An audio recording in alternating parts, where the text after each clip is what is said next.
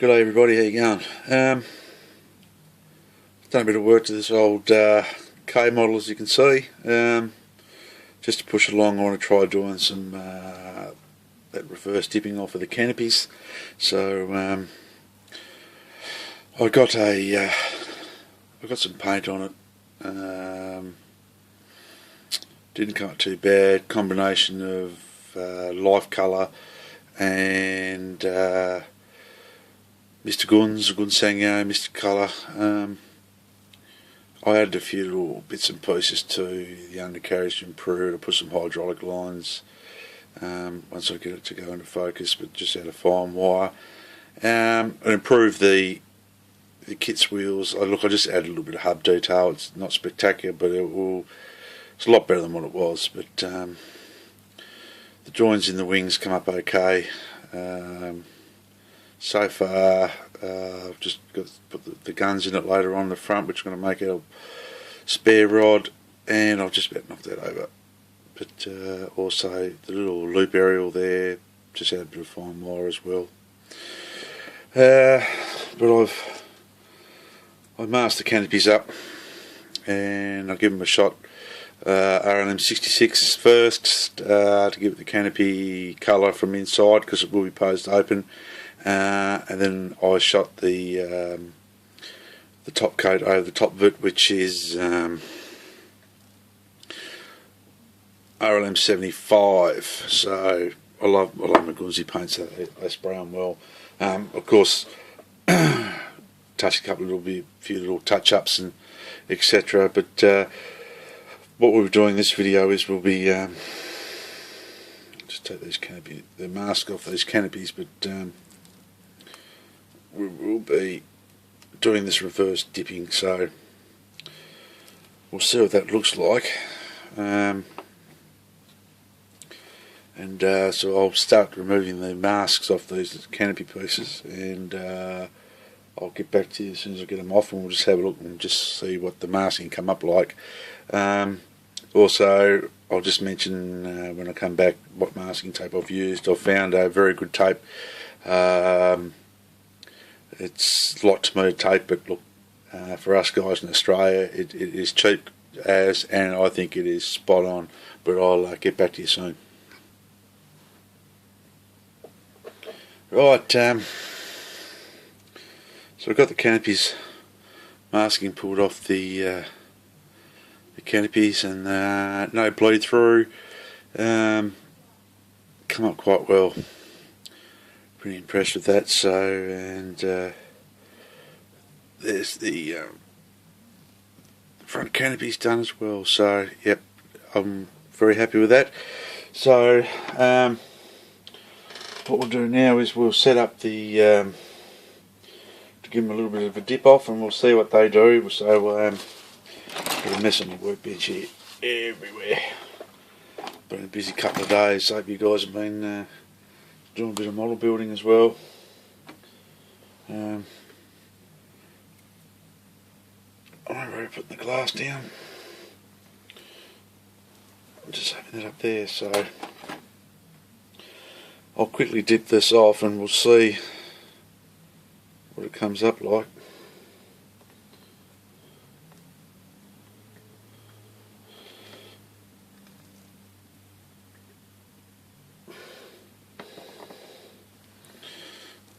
And we will just remove the excess, but I can sort of see straight away that around the canopy itself, around the framework, it has given the model a nice bit of scale effect there, actually, because it's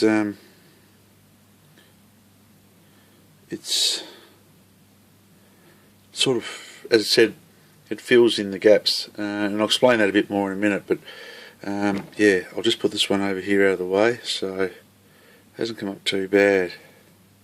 And you can see where it sort of, get back in the light, you can maybe just see where it still pulls, and where it pulls in these canopy corners of the framework of the canopy is where it it's going to be hard to get a good definition. So I'm actually glad that I dipped that one off first. So in that particular way. Just give them another bit of a dip off. Just touch dry him. Get rid of the excess. Sit him over in the middle area there. And I'll do the same with this part of the canopy. For an old kit, actually, the Revell clear was quite good. So we just whisk away the excess. Let's give it a double check here.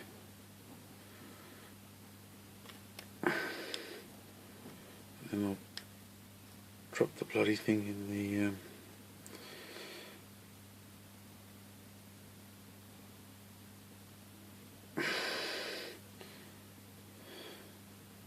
so rip away any excess.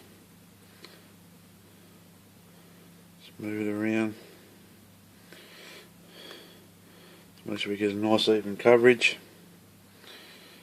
and I'll put it over in my little spot here to dry. Now, as I said before, there was some tape that I found I've been using. Now, when I was in Bunnings the other day, I found this tape and I thought I'll give it a try. It is bear tape. It's in their painting department, and it's like kabuki tape, I think it's called.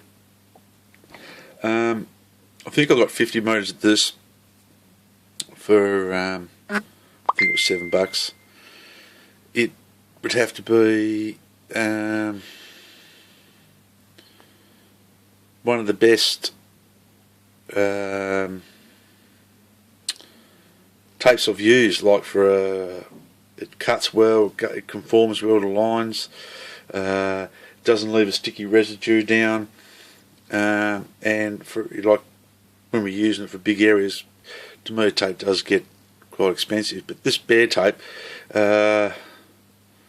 it's bloody good stuff. So I'll be using a lot more of that from now on too. So and save myself a few dollars that I can put into other things for the kit.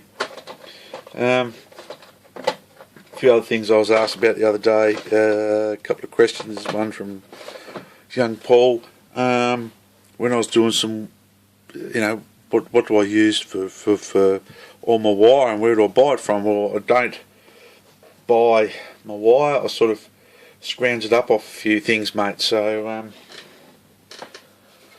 now make sure if your dad or your uncle or anyone you think, don't go cutting cords up without permission. But I use normal old household items. So I've got a couple of different types of this, a lot of different thicknesses in wire. I use this, and this sort of stuff will last you forever, mate. You only want little pieces of it. And I also use a normal house wire, if I can find it here for you, Copper.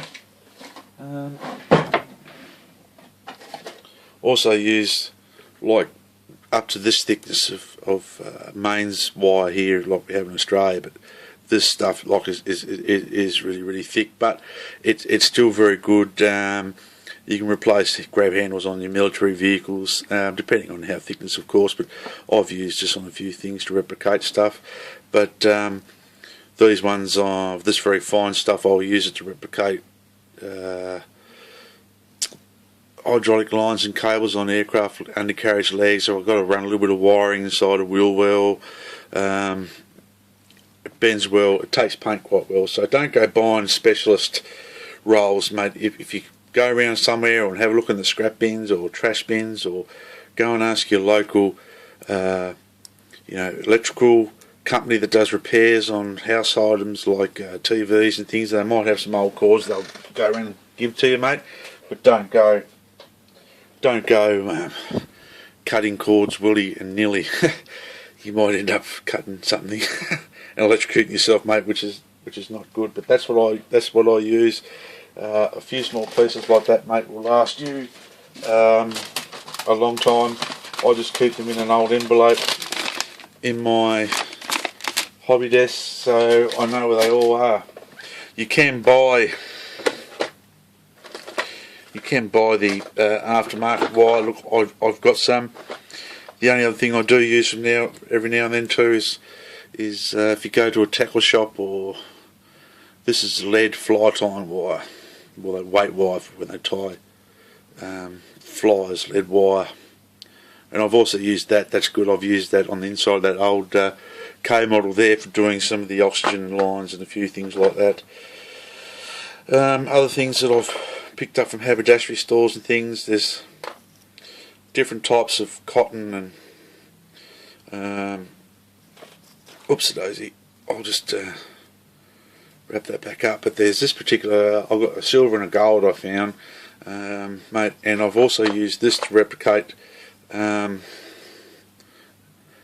a little bit, I don't know if you can see it or not, but it's got a bit of a texture to it, like it's braided together. So I've actually used that on a few things as well. It's harder to work with than metal because it doesn't hold its shape, but I've used that before. I've used normal black cotton before, which I'll show you. Cotton's not really good for anything.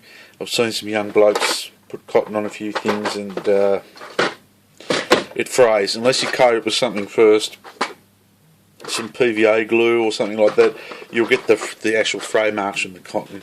I'm just trying to find this bit of brass wire that I got, which is always the way. You have everything ready to do this and then you can't find it. But I'm pretty sure it's in this one here, mate. The other thing we were going to talk about too was here's this is what you buy. So it's virtually the same as what you can get in electrical cables and stuff. So, you know, if you haven't got a real lot of pocket money, mate, just go and buy yourself stuff. Also, keep yourself, or go somewhere and try to find some lead sheet off wine bottle tops. They're very good, mate, for making seat belts, which I'll demonstrate later. Something else which is I'll show. I'm not encouraging smoking, so don't. This is the inside of a cigarette packet, the paper back foil. I use this for like on the G, but if I wanted to make radiator panels, I cut a piece of styrene stock, and if you have a look at that, it should. It's got like little mesh type things to it, and it glues on well, and you can fill in gaps and make radiator panels and everything with that. And the other thing you asked me, which I'll answer to you, that's commercial built photo etch bender, mate. I know they can be expensive for guys who are just starting out like you and not much pocket money. You can use a pair of pliers, mate, to bend your etch, but I've dedicated a little spot to you coming up soon, mate. I'm going to go in and buy something.